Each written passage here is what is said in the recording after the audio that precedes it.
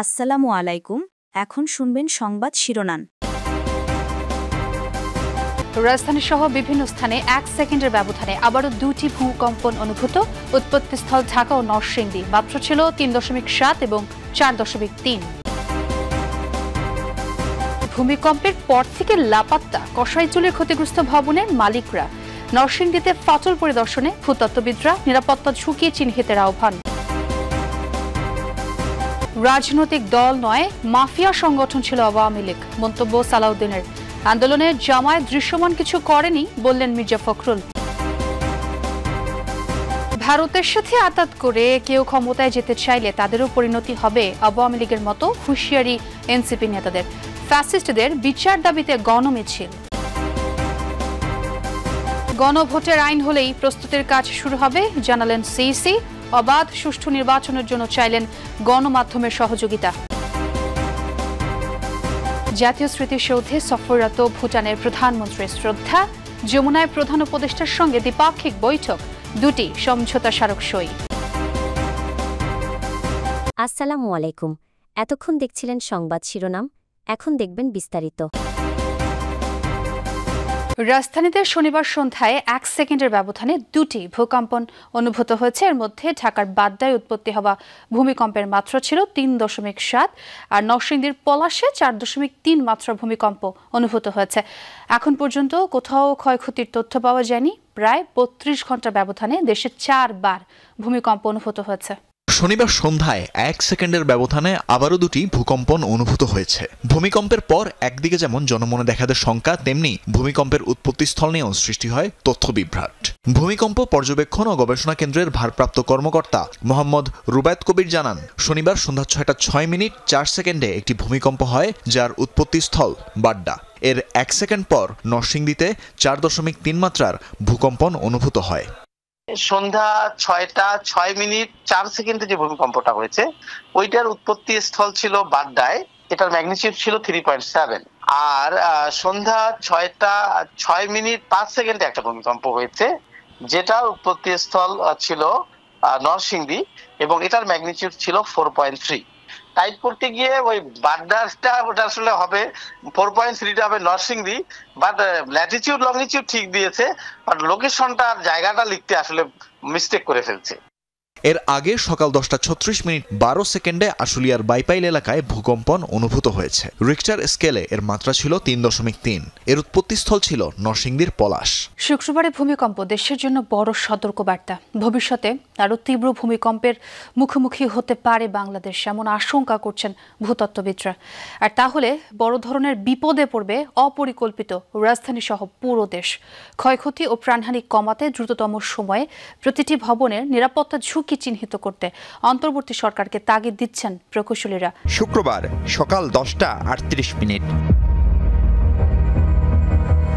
কেউ কাজে, আবার ছুটির দিন হওয়ায় অনেকেই ছিলেন বাসাবাড়িতেই।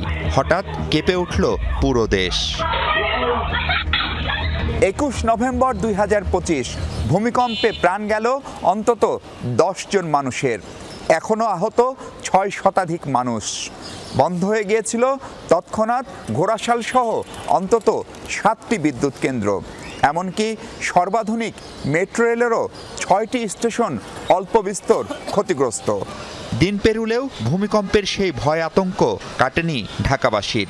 অনেকেই বলছেন জীবনে এমন পরিস্থিতির মুখোমুখি হননি। এদিকে ভূমিকম্পে নরসিংদীর পলাশ রেসিডেন্সিয়াল মডেল কলেজের মাঠে দেখা দেয়া ফাটল পরিদর্শন করেছে ঢাকা বিশ্ববিদ্যালয়ের ভূতত্ত্ব বিভাগের একটি দল।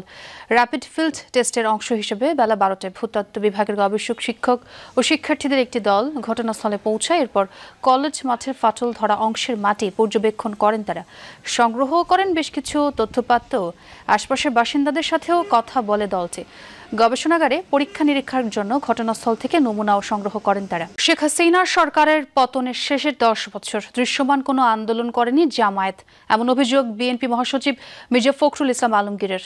অন্য অনুষ্ঠানে জামায়াতকে বিভ্রান্তিকর পরিসংখ্যান দিয়ে জাতিকে বিভ্রান্ত না করে জনগণের মুখোমুখি হওয়ার পরামর্শ দেন দলটির নেতা সালাউদ্দিন আহমদ।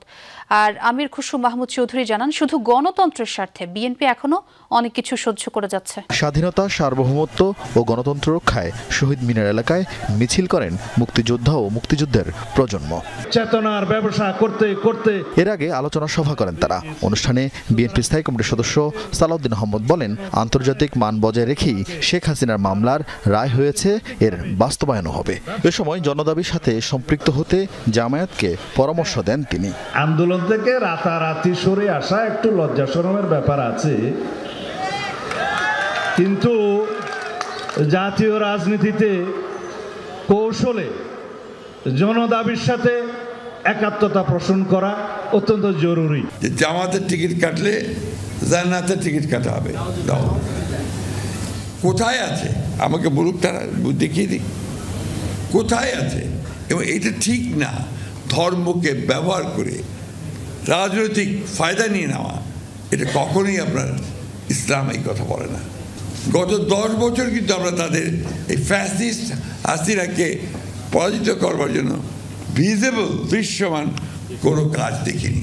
বাংলাদেশ ও ভুটানের মধ্যে স্বাস্থ্য সহায়তা ও ইন্টারনেট সংযোগ সংক্রান্ত দুটি সমঝোতা চুক্তি সই হয়েছে। ভুটানের প্রধানমন্ত্রী শেরিং তোবগের নেতৃত্বে ভুটান বাংলাদেশ দ্বিপক্ষীয় বৈঠক শেষে সই হয় এই চুক্তি। বিকেলে প্রধান উপদেষ্টা ডক্টর মোহাম্মদ ইউনূসের সাথে একান্ত বৈঠকও করেছেন ভুটানের প্রধানমন্ত্রী।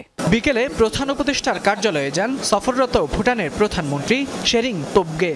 এ সময় তাকে স্বাগত জানান প্রধান উপদেষ্টা ডক্টর মোহাম্মদ ইউনূস।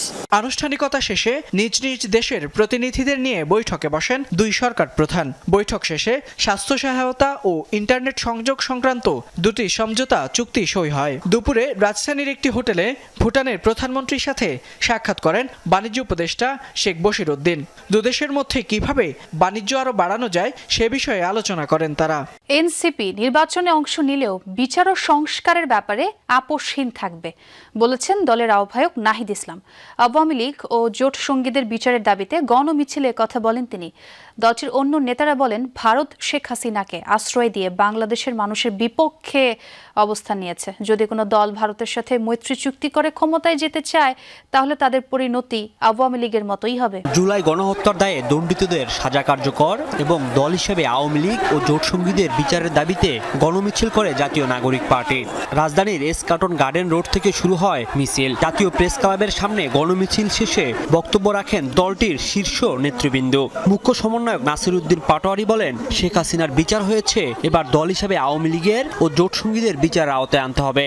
যেই ব্যবস্থায় শেখ হাসিনা এই গুম খুনগুলো করতে পেরেছে, সেই ব্যবস্থা আর বাংলাদেশে চলবে না। যারা ফ্যাসিজমের সাথে কমপ্লায়েন্স ছিল, তাদের কোনো জায়গা হবে না বাংলাদেশে।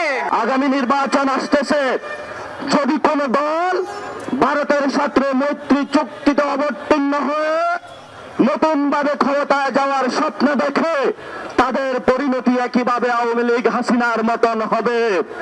এনসিপির সদস্য সচিব আক্তার হোসেন বলেন, আওয়ামী লীগ এবং হাসিনা এখন কেবল অভিযুক্ত নয়, আদালতের রায়ে তারা গণহত্যাকারী। বলেন, ভারত শেখ হাসিনাকে আশ্রয় দিয়ে বাংলাদেশের মানুষের বিপক্ষে অবস্থান নিয়েছেন।